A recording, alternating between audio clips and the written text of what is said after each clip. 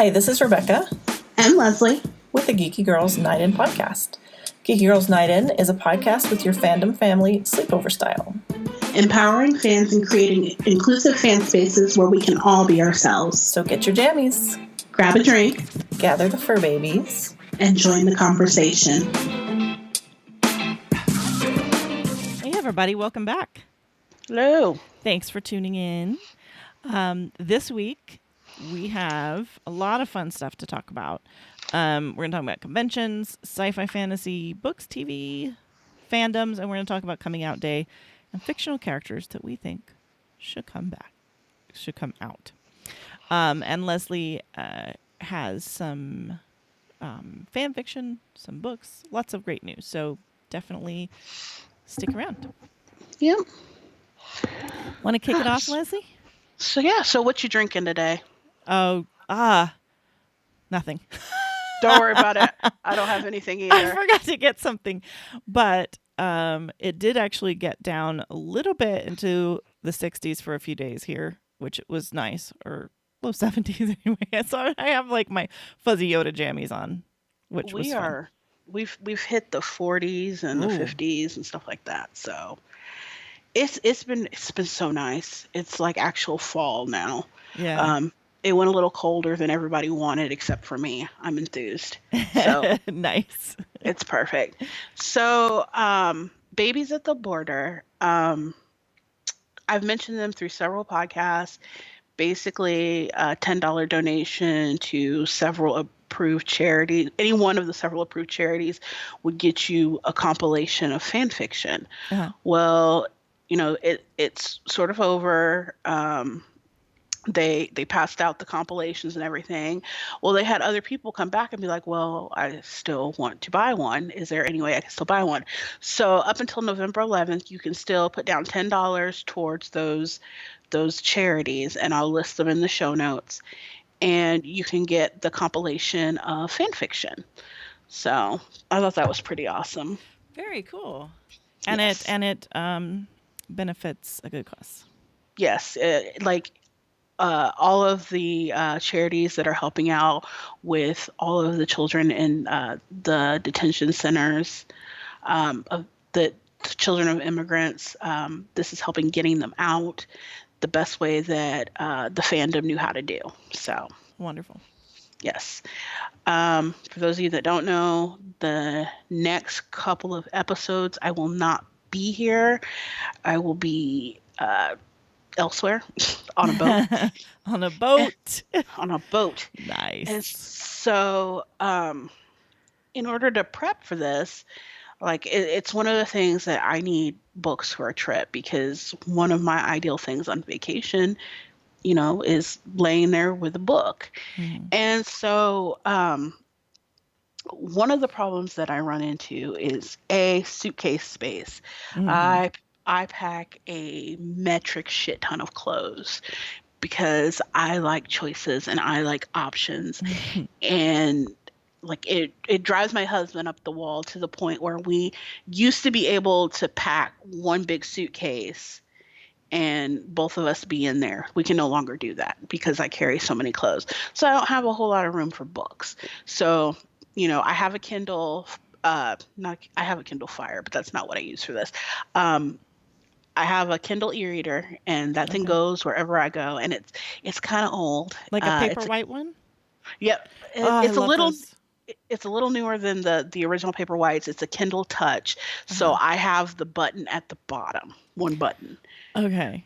Yeah. Oh my God. I think I got maybe the second generation or whatever when they were first coming out with those, and it finally stopped working. But God, I loved that thing. I loved it. It's getting to the point where, when I first got it, I could charge it and it would stay. If I left it alone, just on its sleep screen, it would still stay charged for 2 weeks.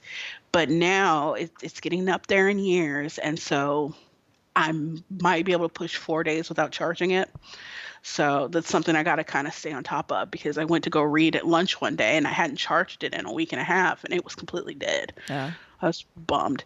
Anyway, so with that, with the Kindle and with my local library, I went ahead and I checked out some books for the trip. Nice, And nice. so I've got The Witches of Litchford. Ooh. And yeah, it sounded interesting. Um, the villagers in a sleepy hamlet of Litchford are divided. A supermarket wants to build a major branch on their border. Sound familiar? Mm. Some welcome the employment opportunities, while some object to the modernization of the local environment.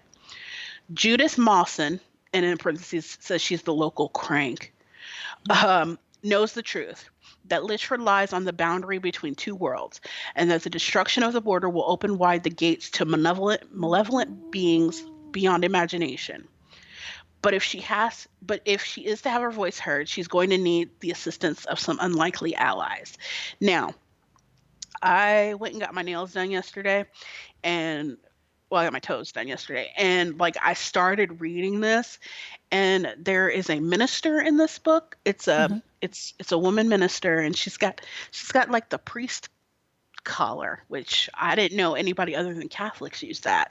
So she's probably going to be one of the unlikely allies.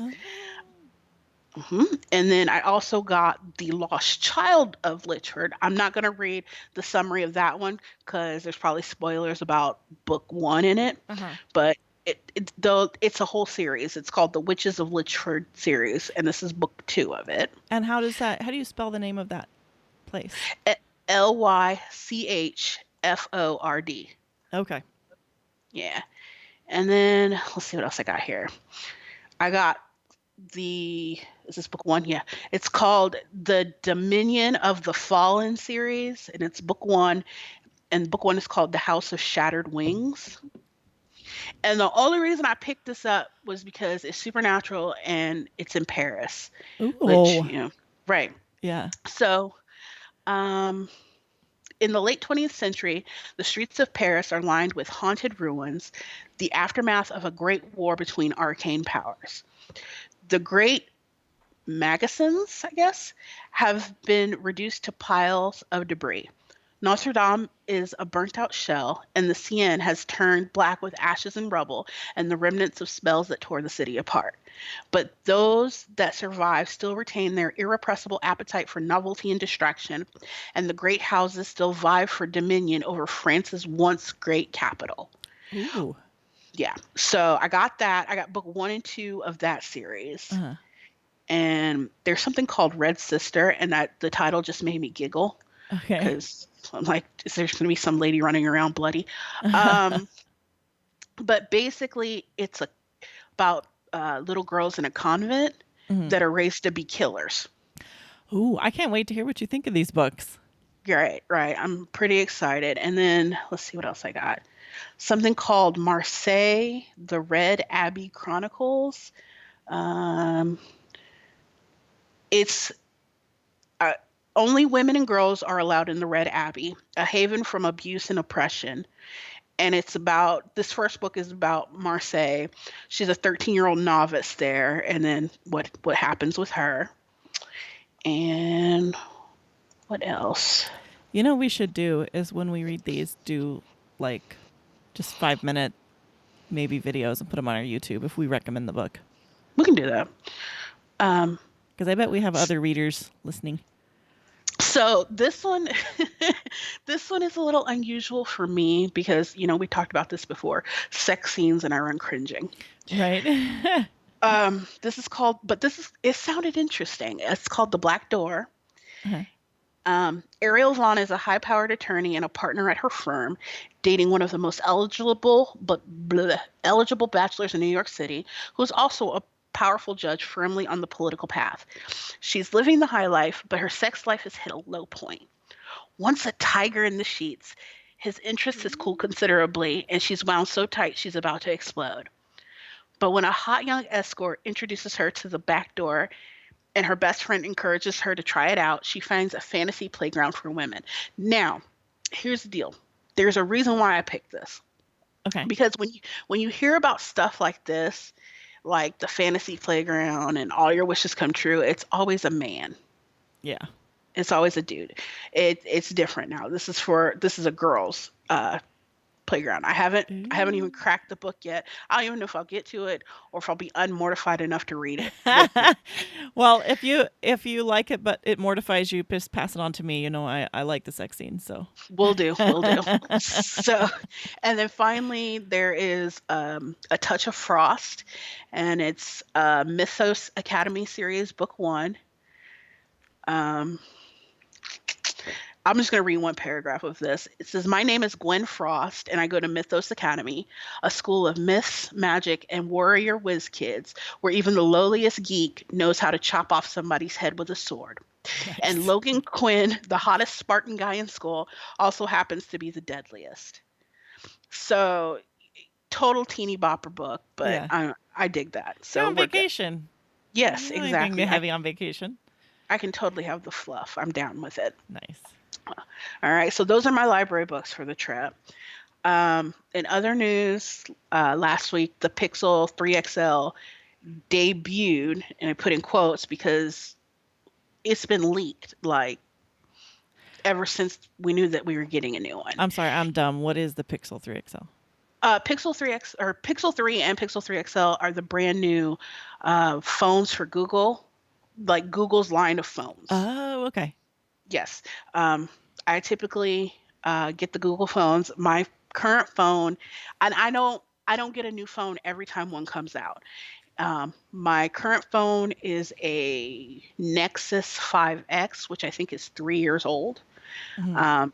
Yeah, because the Nexus and something else came out that year, and then they scrapped both of those the year after that, and they came out with the Pixel line and got rid of the Nexus 5X, so or the Nexus line entirely. So they did the whole preview. They gave all the information away. Everybody was up in arms because if you have an iPhone, you're used to it. You have like a little notch at the top, Uh-huh. and the Pixels have never had that. They now do. Everybody was freaking out. They hate it. It's ugly. Why do we have this? Blah, blah, blah. And they have a mode where you can kind of remove the notch, or like it just shortens your screen some, but the notch is kind of gone. I'm not really that picky. I don't care about the notch, but we went ahead and we ordered the phones, and both me and my husband were Fun. both due for upgrades, and like I want my phone right now. And I'm sad that I'm gonna have to take my 5X on the trip because there's no way that the 3XL is going to get here in time. And my phone is a disaster. Like it freezes when you try to take pictures. When I'm in Instagram, it freezes. So a lot of times what I have to do is take pictures from the actual camera app on the phone and then upload it to Instagram, stuff like that. It's Okay. just really annoying. And I wanted my phone, and I've been tweeting at Google, Made by Google, because Google has like 50 million Twitter accounts, and I've been tweeting at the Made by Google people every single day since the thing dropped and since I bought it. And I was like, you know what would be super? If you guys could get me my phone before I leave. You don't know me from whomever, but I would really appreciate you getting my phone to me. Not gonna happen, but it was worth a shot. Chances are by the time I get back, it'll be here. Now, here's the biggie that I wanted to talk about. So last week I went on that rant about Kenya Wright and those Uh-huh. books. You remember? Yeah. So, like I told you, I sent her an email. I tweeted at her. I basically freaked the hell out because I'm like, You're what like, what is I going on? need to know. Yeah. I need closure. So, like today, I hop on Twitter and I look, and not only has Kenya Wright liked every single one of my tweets by this, she retweeted it. But I Nice. still ain't got no answers. How did? Oh no. She's like, acknowledged, but you're gonna have to wait. Yeah, like there's absolutely not. She's She liked like, every I single see one. you, but hold on to your horses. I'm so and like it happened today. I was like, So how did I maybe miss she'll get that? I gotta go like look. I barely saw it. Like Uh-huh. how I even, I'm like, wait a minute, who's retweeting this? I did this like, Yeah. and then I immediately ran to my email to see if she emailed me a response, and there was nothing. So I'm gonna give her till Monday and see if she responds to me. And if I have like no actual response, I'm gonna cut up because You're like, I know you see me. I just need the answers. I just need answers. That's all. So, um, I talked with briefly on Instagram with the Blackalachian. Oh, nice. He's about halfway through his trip. And what I think he's doing this time around, instead of like uploading videos as he goes, I think he's going to wait till the end and like upload all his videos because it's a little bit different. Him hiking on the Appalachian Trail and being able to upload videos and things like that, and then him bicycling this trail, because on the Appalachian Trail you have a thoroughly worn trail, you have places where you can stay, places that are based on the trail because people know that people hike this trail. He doesn't really have that with this. So if you're looking for like a day-to-day from him, make sure that you follow him on Instagram so that he, you can see everything. And that's what I've been doing. That's how I found out that he got hit that day. He got hit by a car that day, and then the person bought him like a small beer. He's like, you could have at least got me the big one. You hit me with a car. Oh my God. So he said thank you everybody for the support and everything. He appreciates it, and he's just out here having a good time. Fantastic. And giving us facts. Like I remember studying Lewis and Clark in elementary school, but all you ever heard about was Lewis and Clark. You didn't know that they had a black slave with them that was like guiding them. Really? Didn't know that. He didn't either. But like one of the towns that he went through, they had a statue to the slave that explained all of this. Wow. So, and then Happy Planner. Okay, so because you're a planner enthusiast, right? You like getting paper planners? Oh yes. This will be my third year with a paper planner, second year with Happy Planner. Now, I went on a small rant yesterday. It wasn't bad. It's on Instagram if you want to read it. Well, by the time this comes out, you won't be able to because the 24 hours is up. But basically, Happy Planner came out with new planners, and it's an event. Like it's huge. Planner women or planner people are they're hyped, and they go out and they'll buy like 15 planners. Really? Yeah, and they'll find a way to use them all. So like I expected a bit of delay in getting my Happy Planner. I ordered my Happy Planner the 29th of September. I got it yesterday. Now, that made me a little irritated, but the thing that made me the most irritated was, a week or so out, like it hadn't shipped. I had no information. I sent them a message like, yo, where's my shipping information on my planner? They didn't respond for 3 days. On that third day, I got a shipping notice. And then an hour after the shipping notice, I got a note from Happy Planner. Like somebody from Happy Planner was like, well, it looks like it shipped today. Have a great day. I'm like, I'm going to punch you in the face. Oh, no. Don't do that. That's so irritating to me. Like, you knew it shipped. Anyway, so according to people on Facebook as well as Instagram, this has been a common thing. Like there were some people that ordered their planners the day that they dropped the new line and took 2-3 weeks to get them. I'm not as mad anymore because they upgraded me without telling me. They upgraded me to 2-day shipping, and they gave me some free stickers for my planner. There you go. Yeah, so that was nice of them. But that person that emailed me back, you need to work on your tone and your phrase. That was irritating. And then finally for me, as I told you guys last week, DnD POC is a go. I created a flyer today. It's on Twitter under my screen name, under the Geeky Girls Night In screen name, and I think Geeky Girls Guide to Life as well. And so if anyone hasn't listened to any of our podcasts before, this is Dungeons and Dragons, learning how to play. Yes, and it's here in Indianapolis. It's downtown at Good Games, and they're an Australian-based company, so that's pretty cool.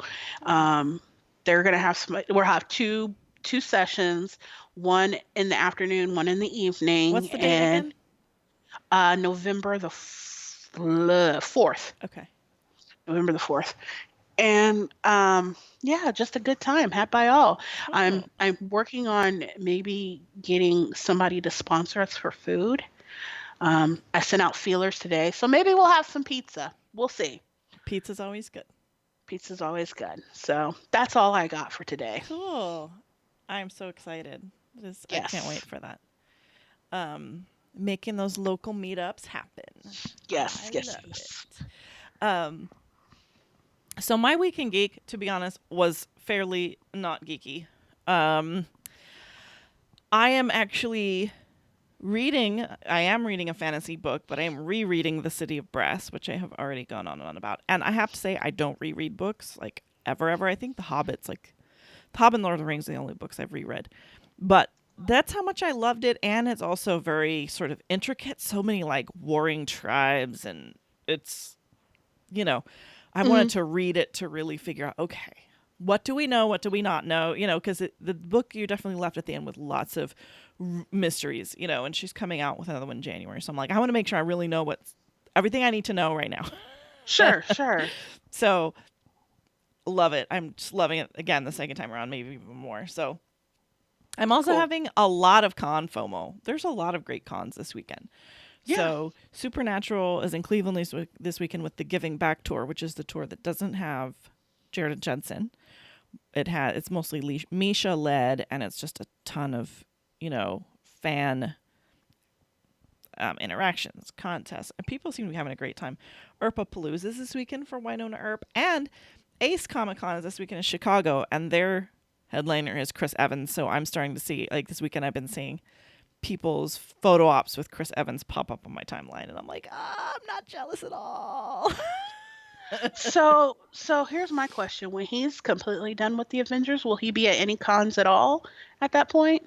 I mean, I'm sure that people will want him to, because Yeah. I mean, we still have Star Trek conventions, you know what I mean? Like, Right, if as long as people want to pay to see Captain America,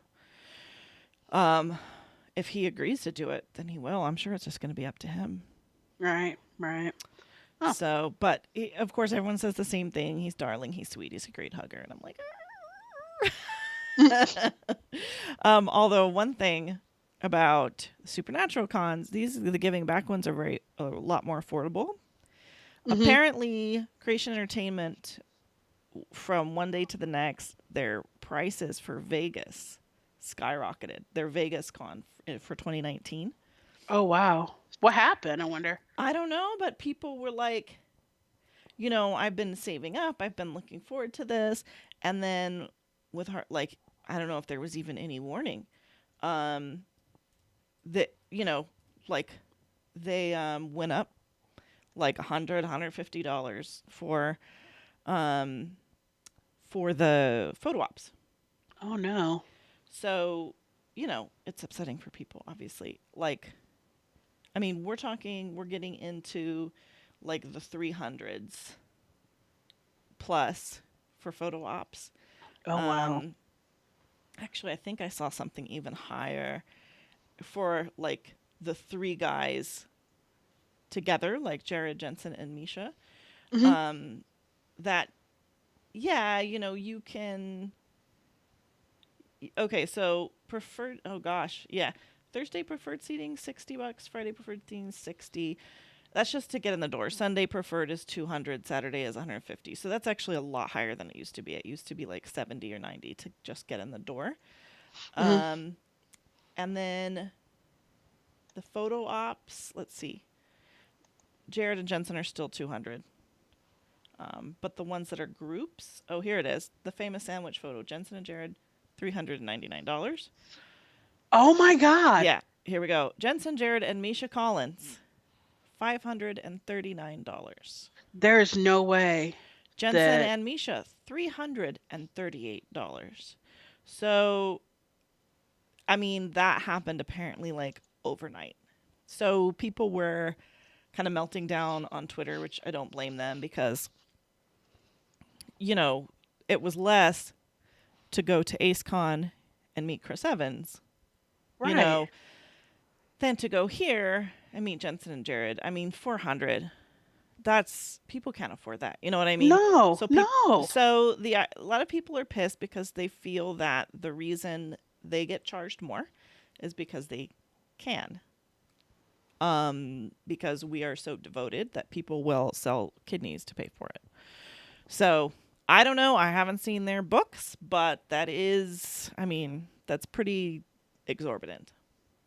And to not tell people, and then suddenly people who think that we're going to be able to go can't. It's pretty brutal. Oh my gosh. Yeah. So, speaking of cons, though, and that's why I haven't been to a creation con for a couple of years. I decided to start going to Colexicon, which is way cheaper. And then, of course, I go to San Diego Comic-Con every year. Now, San Diego Comic-Con, as we know, I'm a 2-hour drive away from, so I go every year. And it happens in July every year. Okay, it is October right now. So it is not going to happen for almost a year. We had the sales for the tickets yesterday. So we're already the first try to get tickets. So if you went the year before, you get 2 tries. You get pre-registration day, and then you get general admission day. You get to try twice. And everything is sold out. This year, every ticket for every day was sold out in 52 minutes. Oh my God. Yeah. So I got with my purchasing group, you know, people have to band together. You need I think to make sure you get at least any ticket, you need to have 7 or 8 people, 10. I've actually had a purchasing group one year where there was 20 of us. Oh, So wow. But I get the tickets. So I got all my days. Hey, so me, my son, Yay. and my nephew. So I have Thursday through Sunday for San Diego Comic-Con next year already. Because God knows we can't go more than a month without stressing about San Diego Comic-Con. It's year round. That's crazy. But I will be there. So I'm super excited. And in fact, the people who met Jodie Whittaker, the new doctor, in that fan video, we're all looking at each other like, oh, I hope you're going to get it because we want to meet up again. So Oh, that's cool. So that's my con news. Free books. I love free books. Everybody loves free books. I didn't realize this. Tor.com, Tor, which is a publisher, a really big publishing company, and they do a lot of sci-fi, fantasy, YA. They have a lot of great books and authors. They have an ebook club. It's if you just Google Tor.com ebook club, it's also ebookclub.tor.com. And you get, if you sign up for that newsletter, you get a free book a month. And they have great authors. I got Charlie Jane Anders' latest book last month, and I absolutely love her. LeVar Burton read one of her short stories on his podcast, and it was so good, so I went and looked up everything else. And I'm like, oh, well, I've been using her website forever because she founded IO9. So sign up if you want a free book. Do you know about freebooksy.com? I don't think so. So same concept, except it's not a club. It's just an email that comes out daily, and it's free ebooks. Oh, cool. Usually they're what's the word? Independent, Okay. indie writers and things Okay. like that. And you can choose the listing of books you get by the genre that you want. Okay. I'll have to check that out. But yeah, I chose one and ended up with a bunch of gay werewolf Nice. books, I like that. which was a little confusing, but hey, I went with it. Yeah, I just signed up for this, and then I also, I use the Libby app like crazy for my audiobooks. But yeah, I have to look that up. Yes. So for Geek TV this week, the Doctor Who premiere numbers are in, and they were record-breaking. That's So 8.2 million viewers, I guess. A peak of 9 million viewers. So it surpassed their best new drama launch. Let's see. And I think it's the most since David Tennant for a premiere episode. So that's very cool. That has to be very, very encouraging for them that people are excited and everything like that. And I guess it was a viewing party. I ended up I don't have a lot of local nerd friends. All my nerd friends are online, which was a little disconcerting to realize because you just think you have a ton of nerd friends and you're like, oh, wait. Yeah. They all live in the internet. Or, I live about an hour change away from LA. They're there. You know what I mean? So one of my local nerd friends came over, and then one of my friends who has like 4 kids came over, and we got all them into Doctor Who. So that was fun. Another thing I want to talk about sci-fi fantasy TV this week. So you've heard of the Charmed reboot? Yeah. So, it hasn't gotten, like, it has the same showrunner of Jane the Virgin, which is a very respected show on one hand. But on the other hand, nobody seems to be excited about it. Like, the former cast wasn't excited about it. Of course, I'm not excited about it. And I loved Charm. Like, there was a thread on Twitter where, like, all of us were going on and on about Cole, his fine, evil ass. So I've only seen the first maybe 2 or 3 episodes, but I know it's a show that means a lot to a lot of people. And for what, I think it's a very delicate thing, rebooting shows and getting like the original people's sort of blessing is important. Like, they're talking about not a reboot, I think, but a sequel to Buffy, and David Boreanaz and Sarah Michelle Gellar, Allison Hanning, all of them have come out and been like, great, we support it. So I think that's important to kind of get people going, because you do have loyalty to them. And also Supernatural fans are pretty spicy because we're like, you didn't pick up Wayward Daughters, yet you're having a second Vampire Diaries spinoff and a Charm reboot that no one seems to want. So anyway, I wasn't that interested, but then they were marketing as like, it's going to be Latinas, it's going to be Latina sisters, it's going to be Latino family.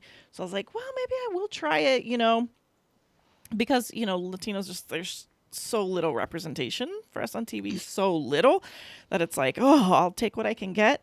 But then this weekend, Kate Sanchez wrote an article.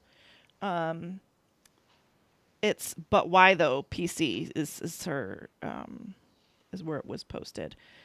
And it kind of shows that, look, you've been marketing this as, this can be a Latino reboot.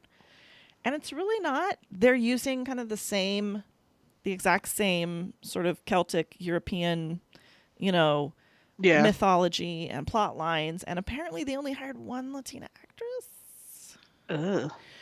So, I mean, the other actors, are women of color, which is great. You always want to see women of color getting jobs. But at the same time, when you're like, wait, so the plot's has nothing to do with Latinos, and there's only one actress who's Latina, and you think that women of color are interchangeable, like, not, at this point, it's kind of like, like I said, like, make a show about whatever you want, but why are you going to promote it as something, brand it as something that it's not, Right. So that's just kind of disappointing. So I probably will not be trying that out.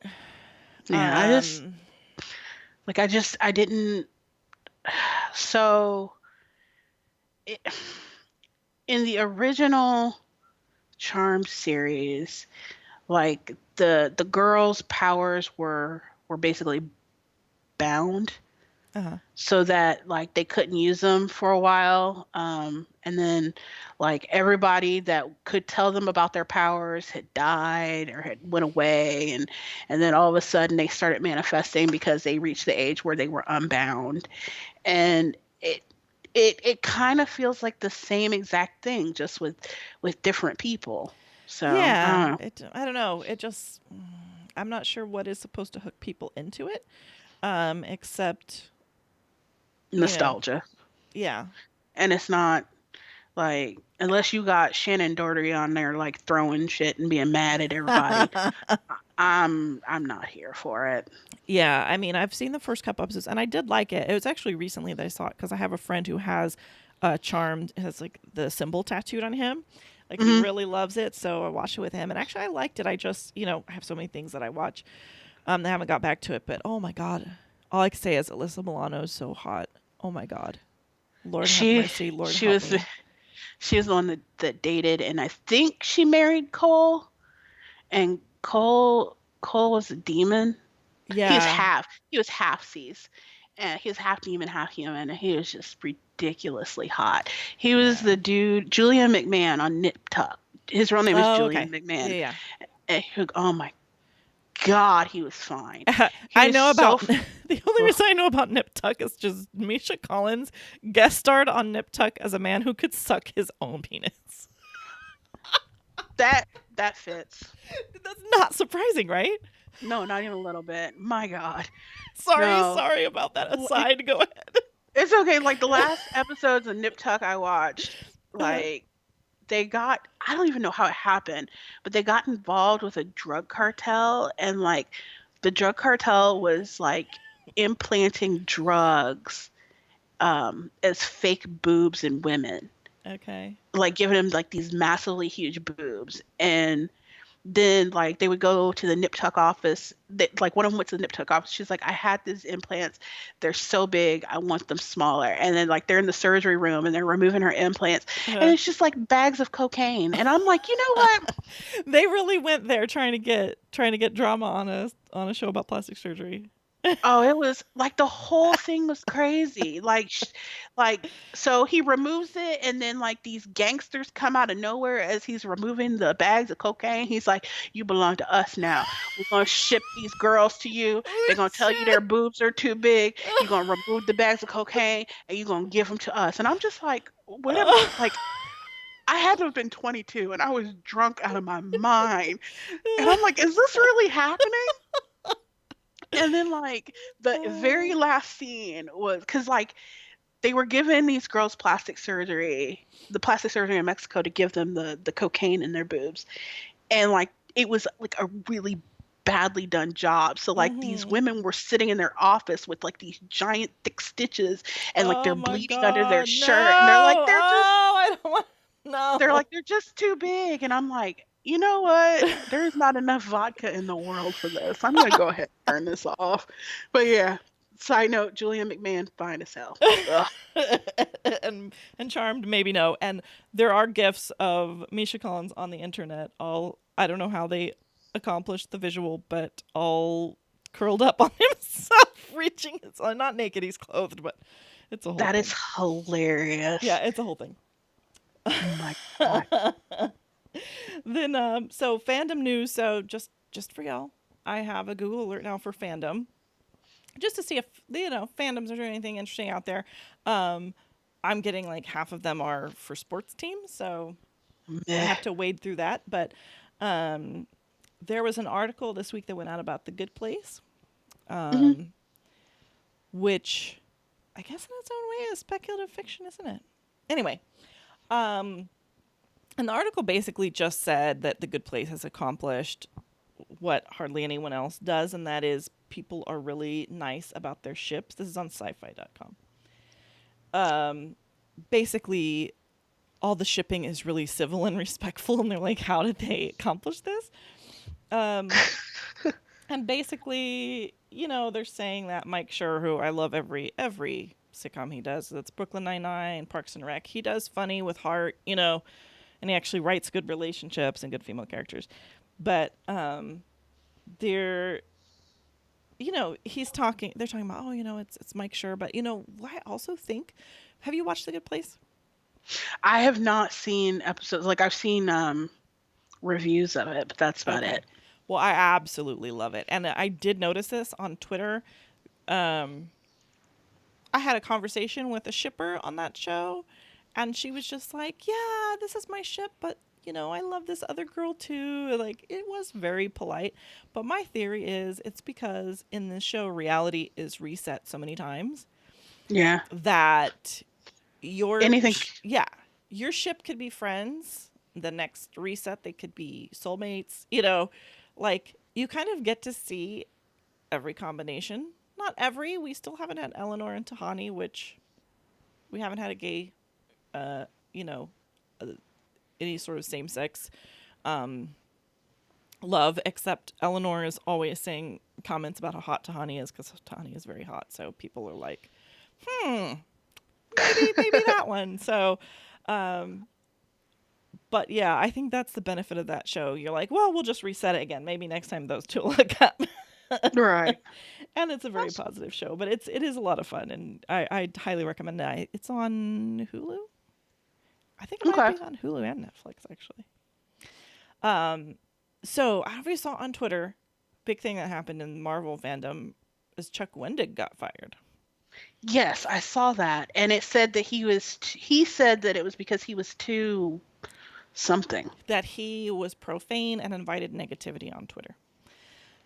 So basically, they said they fired him for his Twitter presence. So he's, I guess, written some Star Wars comics. I haven't read them. I haven't read any of the comics. But, a lot of people were really, really, really disappointed in Marvel. And I know it's a massive company, so I don't know. I'm sure who runs the comic books is not the same person who runs the movies, etc. Right. But because the thing is, he's gotten into a lot of scraps because he's the first person that wrote LGBT, I guess, characters in those comics. And so people came for him on Twitter. A lot of people came for him. Star Wars fandom has a lot of people who do not like change. And oh Lord, no, yeah. Stitch writes about that all the time. Yeah. And gets threats and people yelling at her. Somebody gave her $1 and cussed her out today about Star Wars. So yeah. And he's even gotten death threats and stuff like that. People are like, they call everybody social justice warriors if they care about anyone other than straight white male characters or whatever. Yeah. Anyway, so he has definitely hit back at people, but these are not things that he started. You know what I mean? Like he was a target of harassment, and he has said, he's anti-Trump. He's outspoken about being against sexual assault, and people who do those things are terrible. Like when you read it, you're like, when you read his Twitter, yes, he uses cuss words, but he's not attacking anyone. He's defending himself. You know what I mean? Right. So it seemed like very distressing for a lot of reasons. Right. Because his issues were successful. So it wasn't like the financial end of it. So you're like, what happened? Yeah. Like, it doesn't seem fair because it's like, I mean, not just fair, but, he has these lunatics attacking him and like giving him death threats. What is he supposed to do? Like, it doesn't seem right to be like, you can't defend yourself. You know what I mean? And maybe it's a political thing because he's anti-Trump, but if you don't want to hire any writer that is loudly anti-Trump, I don't know who you're going to hire, and that, but the interesting thing was in his comments, I did see people go like, oh, now first James Gunn and now him. No, not the same thing, because people will say, oh yeah, somebody, like, I guess some crazy right wing was after James Gunn, and that's how the topic came up of his old tweets.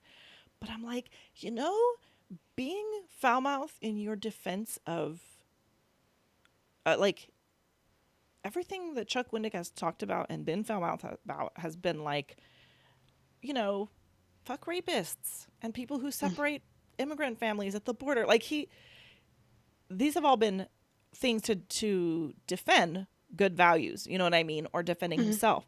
James Gunn had like 20 pedophilia jokes. That's not the same thing. Like, no. That's not the same.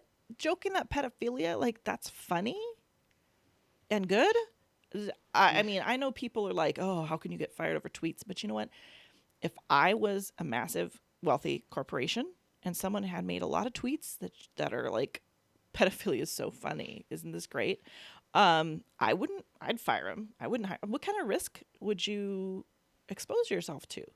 Right. Say there were allegations. You're going down with him because he put that out in public and you didn't do anything about it. You were like, oh yeah, that's the kind of person I want to do business with. You know what I mean? Right. So, and it was a pattern. So I'm like, no.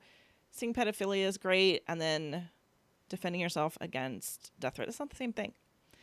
So anyway, I mean, it was disappointing. It's kind of a bummer. And he had a lot of people come to his defense, a lot of friends, a lot of very, respected writers and stuff like that.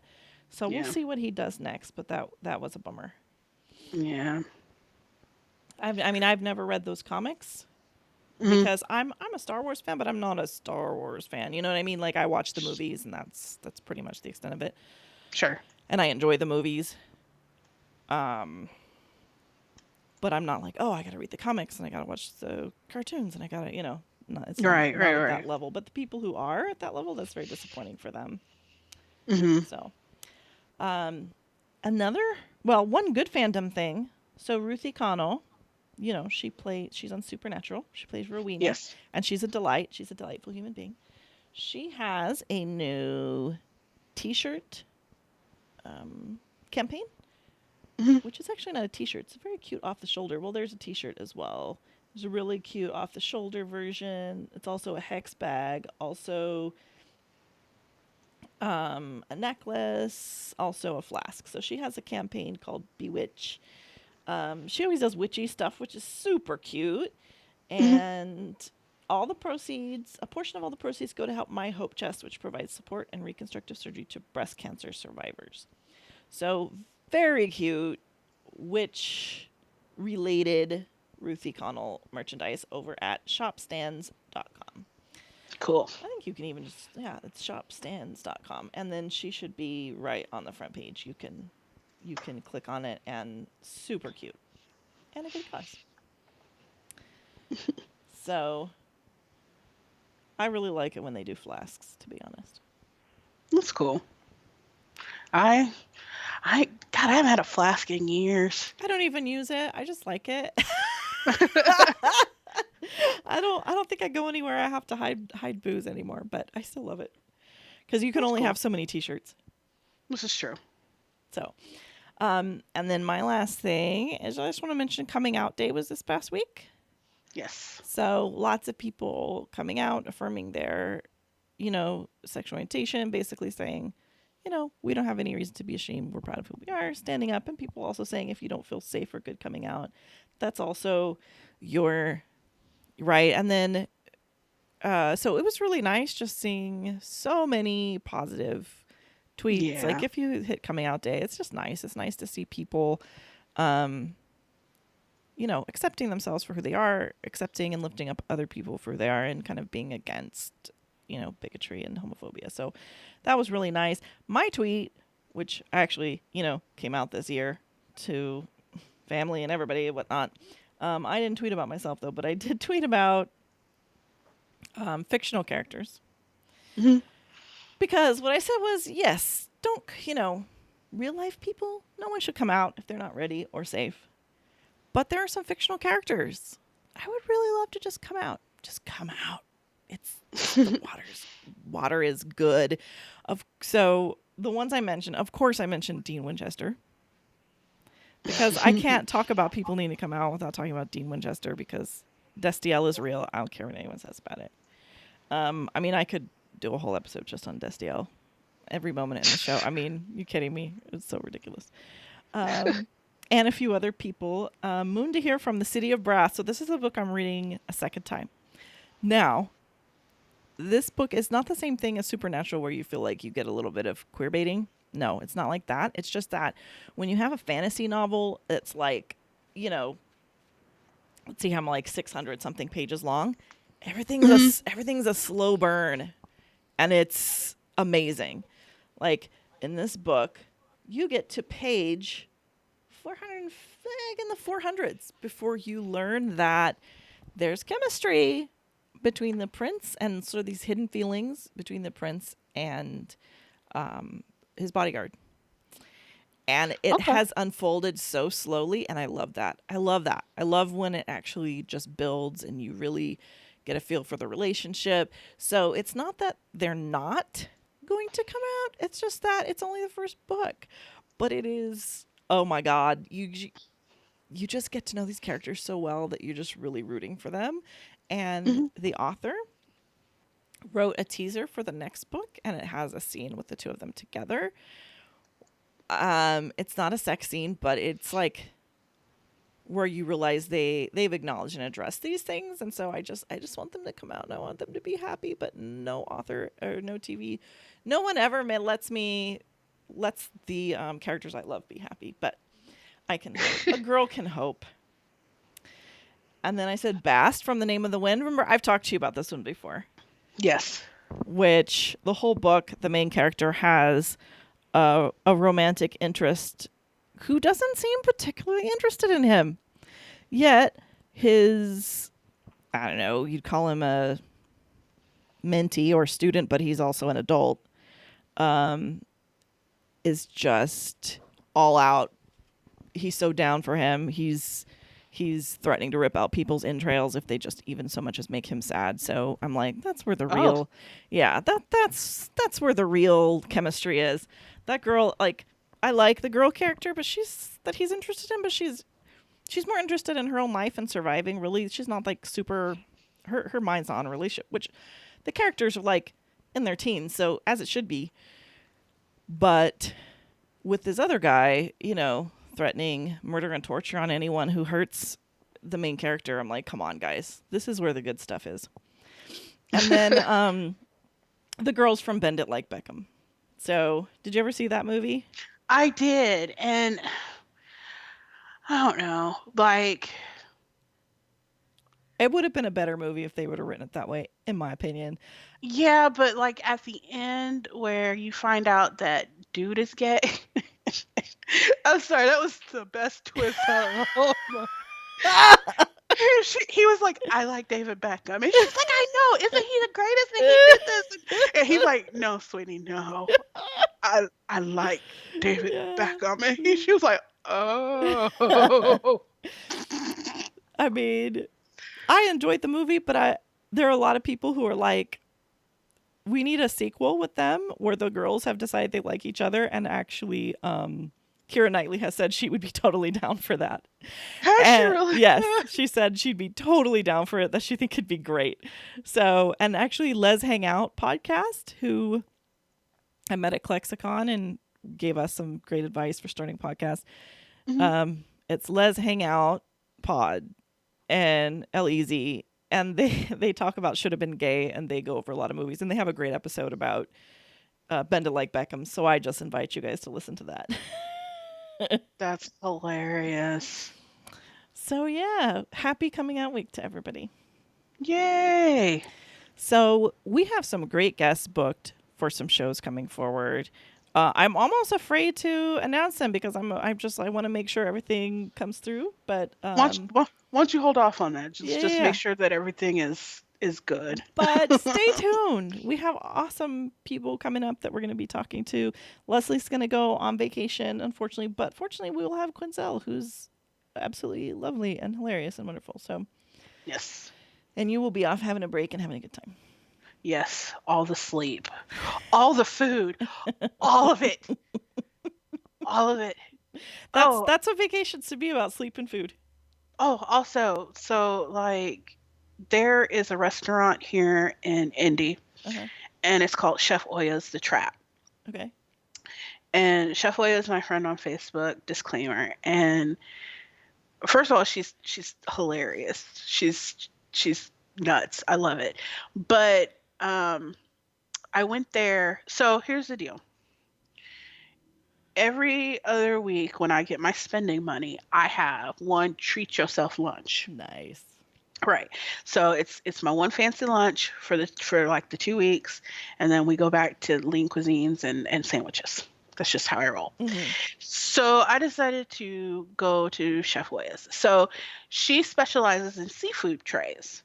So like basically you get your crab legs, your shrimp, and then she created this sauce called butter. And there's like 4 different types of butter. There's like an OG garlic, there's a Thai chili, there's like 2 other ones. Right.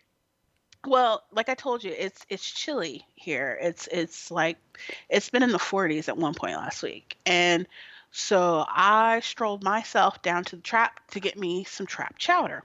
Mm-hmm. And oh my God, it was ridiculously good. But she also makes something called Trap elotes. Ooh.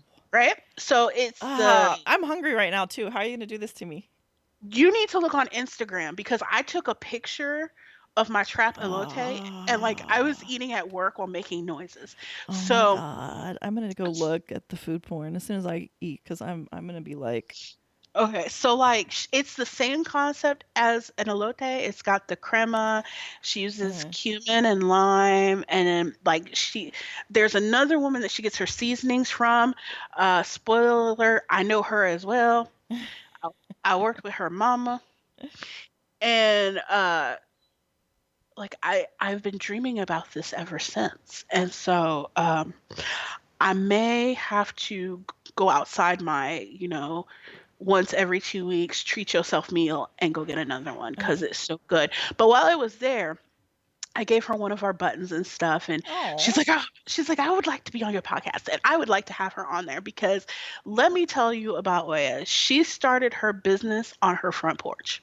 oh man, that's so awesome.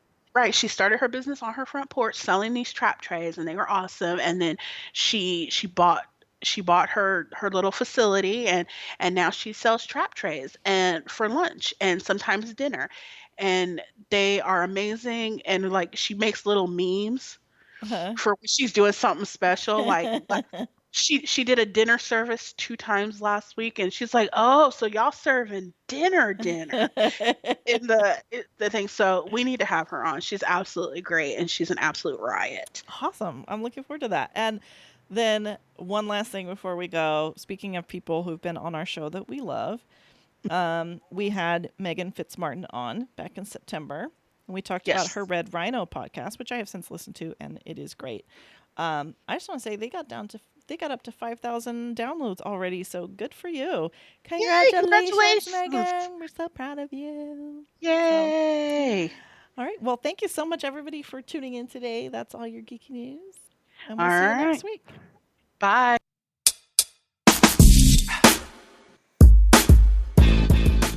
Thank you so much for joining us today. Since we are podcast newbies, it would mean a lot to us if you'd subscribe and rate us on iTunes or wherever you listen to podcasts. Also, we love to hear from our listeners. Leave us a voicemail at 785-746-2604. Email us at ask@geekygirlguide.com, or hit us up on social media at Geeky Girl Guide, all one word, on Twitter, Facebook, and Instagram. And remember, in the words of the great John Barrowman, never apologize for being nerdy. Until next time.